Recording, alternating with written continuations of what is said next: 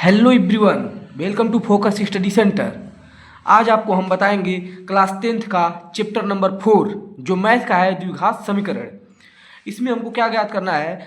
इसमें हमको मूल ज्ञात करना है या के का मान ज्ञात करना है या कोई आयत दिया रहेगा उसका लंबाई और चौड़ाई ज्ञात करना है। तो पहला इसमें क्वेश्चन है जो इम्पोर्टेंट क्वेश्चन है इस चैप्टर का, वो पहला है द्विघात समीकरण 3x² - 2 √6 और ये जो x है बाहर +2 = 0 के मूल ज्ञात कीजिए। तो मूल ज्ञात करने का मतलब ये है कि यहाँ हमको x के मान फाइंड करने हैं और वही x के मान जो होते हैं वही मूल कहलाते हैं। तो ये तो बहुत ही थोड़ा कठिन सवाल है, लेकिन अगर इस सवाल को हम कर लेंगे तो बाकी तो जितने आएंगे उसको हम कर ही लेंगे। तो ये जो है बहुत ही आसान सवाल है। चलिए मैं इसको बताता हूँ। यहाँ द्विघात समीकरण जो है, देखिए यहाँ पर जो है 3x² - 2 √6x + 2 = 0। क्या करेंगे मैं बताया था, यहाँ जो 3 है इस 3 का मल्टीप्लाई लास्ट वाले में करते हैं 6 आएगा। अब 6 जो आएगा तो उस 6 को ऐसे तोड़ना है कि जोड़ने या घटाने पर कितना आ जाए 2 √6 आ जाए। तो देखिए यहाँ पर ये जो है, यहाँ पर मैंने लिख दिया 6, ये 6 है। इस 6 को ऐसे तोड़ना है दो भागों में कि गुणा करने पर 6 आए लेकिन जोड़ने या घटाने पर कितना आ जाए 2 √6 आ जाए। हमको लाना कितना है 2 √6 लाना है, ये हमको लाना है। तो देखिए हम क्या करेंगे, अगर मैं यहाँ √2 कर दूँ, ठीक है, और यहाँ भी √2 कर दूँ तो 2 का 2 में मल्टीप्लाई होगा तो 2 ही होगा, √ तो खत्म हो जाएगा। लेकिन मैं क्या कर दूँ, अगर यहाँ भी √3 कर दूँ और यहाँ भी √3 कर दूँ अगर, तब देखिए क्या होगा, ये जो होगा 2 का 2 से गुणा हो जाएगा तो 2 हो जाएगा और 3 का 3 से गुणा होगा 3, तो 2 3 6 हो जाएगा। देखिए कितना आसानी से बन गया, 2 3 6 हो जाएगा। और अगर मैं इस √ को और इस √ को, एक √ यहाँ पर है एक √ यहाँ पर है, दोनों को जोड़ूंगा तो 2 √6 हो जाएगा। अब कहेंगे कैसे 6 होगा, तो इसको देखिए ये जो है 2 बार है, तो ये 2 बार है तो इसको 2 बार ऐसे लिखा जाएगा, 2 बार 2 √3 है। आइए √ वाले आपस में मल्टीप्लाई हो जाएंगे तो 2 √6 ही तो होगा। तो ऐसे इसको सॉल्व कर सकते हैं। तो देखिए यही लिखा गया है कि 3x² - 2 √6x + 2 = 0। तो हमको बस ये बीच वालों को ही तोड़ना रहता है, आगे पीछे वाले को नहीं।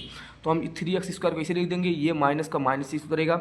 अब यहाँ पर देखिए ये जो है √6 और ये √6, क्योंकि यहाँ पर देखिए ये जो है इसको जब मल्टीप्लाई करेंगे तो ये भी √6 होगा, ये भी √6 होगा, और जब दोनों को जोड़ेंगे तो 2 √6 ही तो होगा। यही तो हमको लाना था यहाँ, वही किया गया है। तो यहाँ पर भी √6x माइनस √6x, यहाँ माइनस इसलिए दोनों माइनस में लिया गया है क्योंकि यहाँ -2 लाना है। इसलिए जब दोनों माइनस में रहेंगे तो दोनों माइनस में जुटेंगे तो -2 √6 हो जाएंगे। और x भी दोनों के पास लगाना है, क्योंकि अगर एक के पास x रहेगा एक के पास x नहीं रहेगा तो आपस में जुड़ ही नहीं सकते, दोनों एक सेम होने चाहिए। मतलब यहाँ x है तो यहाँ भी x वाला तभी टर्म उसके जुड़ सकता है।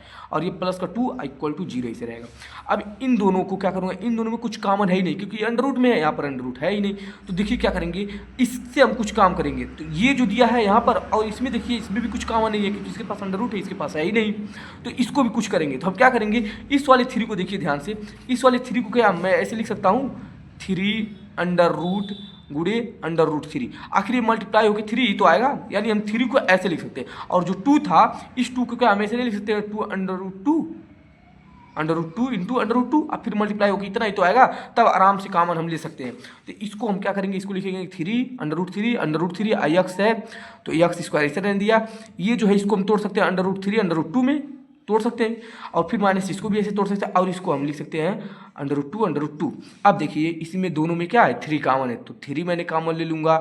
यहाँ पर भी x है, यहाँ पर भी x है, तो एक बार x भी कॉमन लूँगा। तो जब यहाँ से एक बार √3 निकला तो एक बार √3 बचा, एक बार x निकला तो एक बार x बचा, और यहाँ से √3 और x निकल गया तो 2 ही तो बचा। यहाँ पर देखिए दोनों में 2 कॉमन है तो 2 कॉमन लिया, यहाँ आगे जो चिन्ह रहता है उसी कॉमन लेते हैं। तो 2 यहाँ पर है, 2 यहाँ पर है, 2 कॉमन ले लिया, बचा यहाँ से जब 2 कॉमन ले लिया तो यहाँ बचेगा √3 और ये x, और यहाँ से एक बार √2 बाहर निकल गया तो यहाँ बचेगा एक बार √2। और ये माइनस जब कॉमन लूँगा तो ये प्लस चिन्ह है तो ये भी माइनस में बदल जाता है। लेकिन अगर ये माइनस है और यहाँ अगर मैं माइनस कॉमन लेता है यहाँ भी माइनस होता है तो ये चीज़ प्लस में हो जाता है। तो अब देखिए इक्वल टू 0, तो ये सेम सेम है और ये सेम सेम आ गया, इसका मतलब हमारा गुणनखंड सही है। तो इसको एक बार यहाँ उतार लेंगे, अब बाकी जो ये वाला बचा इसको दूसरे ब्रैकेट में उतार लेते हैं। तो दोनों सेम ही तो है, यानी इसके मूल जो होंगे बराबर ही आएंगे। तो हम लिखेंगे मूलों के लिए एक बार इसको 0 के बराबर में करेंगे, तो ये माइनस में उधर जाएगा तो किस में हो जाएगा, प्लस में हो जाएगा, तो ये प्लस में हो गया। और हम क्या करेंगे, जो मल्टीप्लाई में तो कहाँ आ जाता है, डिवाइड में। इस तरह से x का मान कितना निकलेगा, तो दूसरा भी वही तो है, दूसरा भी तो वही है, इसका भी मान इतना ही निकलेगा। अतः हमको मूल क्या प्राप्त होंगे, इतना और इतना, ये दोनों हमको मूल प्राप्त होंगे। देखिए इतना मूल हमको प्राप्त होंगे। और भी अगर इस तरह सा कोई सवाल आता है तो हम आसानी से उस सवाल को कर सकते हैं फैक्टर करके। ठीक है, नेक्स्ट सवाल ये पूछ सकता है, अगला क्वेश्चन ये है कि निम्न द्विघात समीकरण में k का मान ज्ञात कीजिए कि उसकी दो बराबर मूल हो। तो देखिए आप k का मान तभी ज्ञात कर सकते हैं जब हमको क्या पता हो, हमको ये पता हो कि जो एक विविक्तकर का फार्मूला होता है d बराबर बी स्क्वायर माइनस का 4ac, ये फार्मूला है। अगर d का मान, इसको मान लीजिए हम b का मान, a का मान, c का मान रखे और d बराबर क्या आ जाए, 0 आ जाए, तब दो बराबर मूल प्राप्त होते हैं। लेकिन अगर d का मान क्या आ जाए, d का मान निगेटिव आ जाए तो कोई मूल प्राप्त नहीं होंगे। अगर d का मान क्या आ जाए, d का मान क्या आ जाए, पॉजिटिव आ जाए, इसका मतलब दो मूल वास्तविक मूल प्राप्त होंगे, भिन्न भिन्न प्राप्त होंगे। ठीक है, तो हम दो ही केस में हम इसका मान निकाल सकते हैं, सॉरी एक ही केस में इसका k का मान निकाल सकते हैं जब d का मान क्या आ जाए, 0 आ जाए। और उसने खुद कह दिया है, खुद उसने कहा कि बराबर मूल हो, तो बराबर मूल होने का मतलब ही होता है कि d बराबर 0 होना चाहिए, उसने खुद ये कह दिया है। तो चलिए देखते हैं क्या करेंगे। तो द्विघात समीकरण हम ये जो समीकरण दिया है, इस समीकरण का इससे तुलना करेंगे। तो तुलना करने से देखिए यहाँ पर a का मान आगे वाला x की स्क्वायर के आगे वाला a का मान होता है, x के आगे वाला b का मान होता है और ये c का मान है।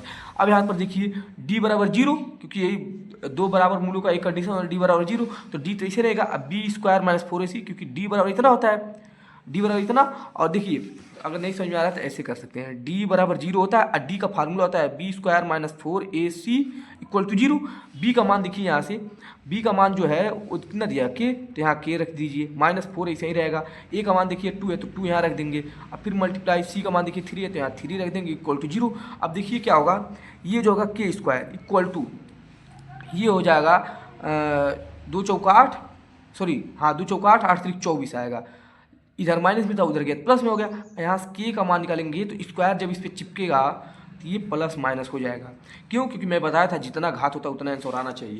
तो ये हो गया। अब इसको देखिए कैसे बाहर निकालेंगे रूट से, ऐसे क्या करते हैं, इसका गुणनखंड करते हैं।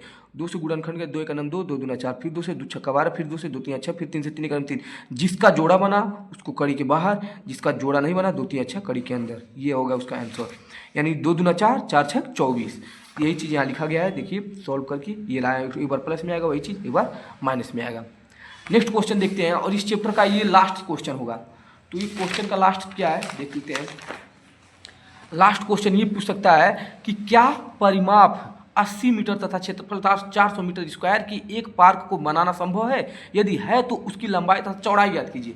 मतलब क्या कह रहा है कि उसका परिमाप कितना होना चाहिए, परिमाप 80 मीटर होना चाहिए, 80 मीटर, और 400 मीटर स्क्वायर उसका क्या होना चाहिए, क्षेत्रफल होना चाहिए। जैसे ये कोई यह एक आयत है, इस आयत का परिमाप 80 सेंटीमीटर होना चाहिए, मतलब यहाँ पर उसका किनारे किनारे की लंबाई इतना होनी चाहिए, और उसका क्षेत्रफल जो हो रहा है ये 400 मीटर स्क्वायर होना चाहिए। ऐसे ही कह रहा है ज्ञात किया जा सकता है। तो पहले हम क्या करेंगे, देखिए हम यहाँ क्या करेंगे, हम देखेंगे कि इसका d निकालेंगे। अगर d का मान अगर निगेटिव आ जाता है तो ऐसा बाग बनाना संभव नहीं है। ठीक है, और अब बाकी दो केस बच सकते हैं, ये वाला। अगर ये आएगा तो दोनों लंबाई चौड़ाई दोनों बराबर होंगी, और अगर ये आता है तो यानी लंबाई और चौड़ाई अलग अलग होंगी, बस यही बात है। लेकिन निगेटिव आएगा तो ऐसी बग्घे बनाना संभव नहीं है। तो चलिए देखेंगे। माना पार्क की लंबाई हमने x मीटर मान लिया तथा चौड़ाई हमने y मीटर मान लिया, तो क्षेत्रफल बराबर होता है लंबाई गुणे चौड़ाई। तो क्षेत्रफल दिया था 400 मीटर स्क्वायर, यहाँ पर लिखा है 400 मीटर स्क्वायर, और लंबाई को हमने x माना था, चौड़ाई को हमने y माना था। यहाँ से मैं x का मान निकालेंगे तो y कहाँ चला जाएगा, इसके डिवाइड में चला जाएगा, तो x बराबर आ गया 400/y इक्वल टू समीकरण 1 मान लीजिए इसको। अब परिमाप बराबर होता है 2 ब्रैकेट में लंबाई प्लस चौड़ाई। क्यों ऐसा होता है देख लीजिए, क्योंकि यहाँ पर 2 लंबाई होता है, 2 लंबाई होता है और 2 चौड़ाई होता है, इसलिए 2 लंबाई ऐसे लिखा जाएगा अब प्लस 2 चौड़ाई ऐसे लिखा जाएगा। तो दोनों 2 कॉमन लेंगे तो लंबाई प्लस चौड़ाई बच जाएगा, इसलिए इसका फार्मूला ये होता है। तो आयत का परिमाप का लिखा है, फार्मूला है। और लेकिन यहाँ क्या है, लंबाई को हमने x माना था, चौड़ाई को हमने y माना है। तो यहाँ से देखिए क्या होगा, ये जो 2 है इसको जाके कितना बार में 40 बार में डिवाइड कर देगा, तो x प्लस वाई बराबर कितना हो जाएगा 40 समीकरण 2, यहाँ समीकरण 1 समीकरण 2। अब देखिए क्या होगा, यहाँ जो x का मान निकाला था मैंने उसको क्या कर दूंगा, x का मान को इसमें समीकरण 2 में रख दूंगा। तो देखिए यहाँ y इसे हो गया, x का मान यहाँ रख दिया बराबर 40 है ही। इसको सॉल्व करूँगा एलसीएम लेके, लेकिन एलसीएम लेने से अच्छा मेरे तरीका समझिए कि यहाँ से क्रॉस मल्टीप्लाई, तो 400 प्लस वाई स्क्वायर, अकुल के बटे में वाई बचेगा ना, ये वाई क्रॉस में यहाँ चला गया 40y। तो अब देखिए क्या, इसको द्विघात समीकरण बनाएंगे तो ये तो ऐसे ही रहेगा, ये वाला इधर उठ के आएगा माइनस 40y हो जाएगा, ये इधर है ही और उधर बचेगा 0। अब यहाँ से हम क्या निकालेंगे, इसका तुलना करेंगे, a का मान b का मान c का मान निकालेंगे। तो a का मान देखिए कुछ नहीं, आगे कुछ नहीं तो 1 मान लेते हैं, b का मान देखिए माइनस का 40 होगा, c का मान 400 है। अब b का निकालते हैं, d बराबर फार्मूला होता है d बराबर b स्क्वायर माइनस 4ac। तो d बराबर देखिए b का मान जो देखिए यहाँ पर माइनस 40 है, इसलिए b की जगह मैंने माइनस 40 स्क्वायर हो जाएगा, इसका बीच में माइनस तो माइनस 4 ऐसे रहेगा। a का मान देखिए 1 है, तो इसलिए मैंने यहाँ पर देखिए, यहाँ पर देखिए c का मान 400 और b का मान इतना और 1 का मान इतना। तो हम देखिए क्या लिख देंगे यहाँ पर, d बराबर हम निकालते हैं d बराबर b स्क्वायर माइनस 4ac। तो d बराबर देखिए b का मान कितना है, b का मान देखिए यहाँ पर लिखा हुआ है, b का मान है माइनस 40, तो इसलिए b की जगह लिख देंगे माइनस 40 का होल स्क्वायर माइनस 4 गुड़े a का मान देखिए यहाँ पर 1 है, तो इसलिए मैंने 1 रख दिया, गुड़े c का मान देखिए कि यहाँ 400 है तो मैंने 400 रख दिया। अब आपको पता है जब किसी भी पावर अगर सम होता है तो ये जो माइनस चिन्ह है वो हट जाता है, तो 4 चौका 16 हो जाएगा और ये माइनस ये भी 4 चौका 16 हो जाएगा और दोनों घट के कितना हो जाएंगे, 0 आ जाएंगे, यानी d बराबर 0 हो गया। इसका मतलब 2 बराबर मूल प्राप्त होंगे, ठीक है, 2 बराबर मूल प्राप्त होंगे। तो d बराबर 0 हो गया, अतः द्विघात समीकरण के 2 बराबर और समान मूल प्राप्त होंगे। तो यहाँ पर देखिए चाहे ऐसे लगा लीजिए, ये जो द्विघात समीकरण हमको प्राप्त हुआ है, ये वाला ये जो द्विघात समीकरण है, आप चाहिए तो सीधी धराचार्य फार्मूला लगा लीजिए या आप वैसे ही मल्टीप्लाई इसका फैक्टर कर दीजिए। हमको तो पता है 20 संयम 400 होता है, 20 40 होता है, तो हम इतना लंबा चौड़ा क्यों जाए गुणनखंड में। अगर ये आपको सीधी धराचार्य फार्मूला नहीं समझ में आता है तो आप गुणनखंड भी कर सकते हैं, लेकिन ये बहुत आसान तरीका है, मैं आपको समझा रहा हूँ। देखिए हमको क्योंकि यहाँ जो समीकरण प्राप्त हुई इसमें y है, इसलिए y का ही मान निकालेंगे, तो y बराबर होता है minus b plus minus under root में b square minus 4ac upon 2a होता है। तो b का मान तो 40 है, लेकिन इस फार्मूले में माइनस होता है और b का मान ऑलरेडी माइनस 40 है, इसलिए माइनस प्लस हो गया और 40 है, प्लस माइनस इसे रहेगा अंडर रूट। ये देखिए आसान तरीका है कि इसका मान जब हम d का मान निकाले थे, आखिर ये जो b स्क्वायर माइनस 4 इसका निकालते गया 0 ही तो आया था, इसलिए इसकी जगह 0 रख दीजिए। अब बटे में 2 है तो 2 a का मान तो 1 था, इसलिए गुणा करेंगे तो 2 ही हो जाएगा। तो ये चीज़ तो इसे ही हट गया, ये बचेगा हमारा 40 और ये 2, ऐसे इसमें भाग देंगे तो 20 मीटर जाएगा। तो यहाँ से तरीका पता चला था कि d बराबर 0 है, 2 समान पर आप होंगे, इसका मतलब 20 मीटर आया तो इसकी लंबाई भी 20 होगी और चौड़ाई भी 20 सेंटीमीटर होगी। तो ये था इस चैप्टर का 3 मोस्ट इंपॉर्टेंट क्वेश्चन जो बोर्ड एग्जाम में आने की बहुत ज़्यादा संभावनाएं हैं। तो इस चैप्टर से बस इतना ही तैयार के लिए, नेक्स्ट वीडियो हम नेक्स्ट चैप्टर लेकर आएंगे, तब तक के लिए जय हिंद जय भारत।